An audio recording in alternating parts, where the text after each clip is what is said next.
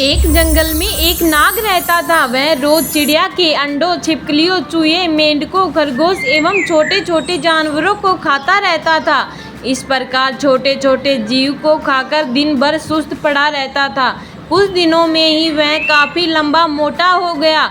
उसका घमंड भी बहुत बढ़ गया था।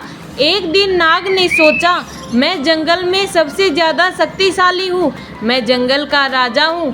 अब मुझे अपनी प्रतिष्ठा और आकार के अनुकूल किसी बड़े स्थान पर रहना चाहिए। यह सोचकर उसने अपने रहने के लिए विशाल पेड़ का चुनाव किया। पेड़ के पास चींटियों का एक बिल था। वहाँ पर ढेर सारी मिट्टी के छोटे छोटे कण जमा थे। नाग ने कहा, यह बवाल मुझे पसंद नहीं है, यह गंदगी यहाँ नहीं रहनी चाहिए। वह गुस्से से बिल के पास गया और उसने चींटी से कहा, मैं नागराज हूँ, इस जंगल का राजा। मैं आदेश देता हूँ कि जल्द से जल्द इस कूड़े को यहाँ से हटाओ और चलती बनो।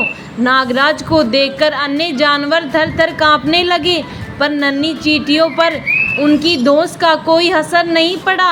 अब नागराज का गुस्सा बहुत बढ़ गया। उसने अपनी पूंछ से बिल पर कोड़े की तरह जोर से प्रहार किया। इससे चींटियों को बहुत क्रोध आया। क्षण भर में 1000 चींटियां बिल से बाहर निकलकर आई।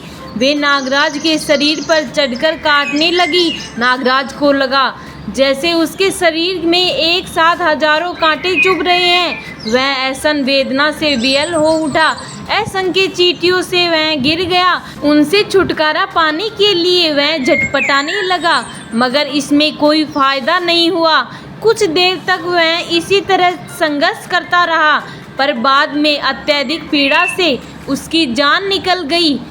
इस कहानी से हमें यही सीख मिलती है, किसी को छोटा नहीं समझना चाहिए।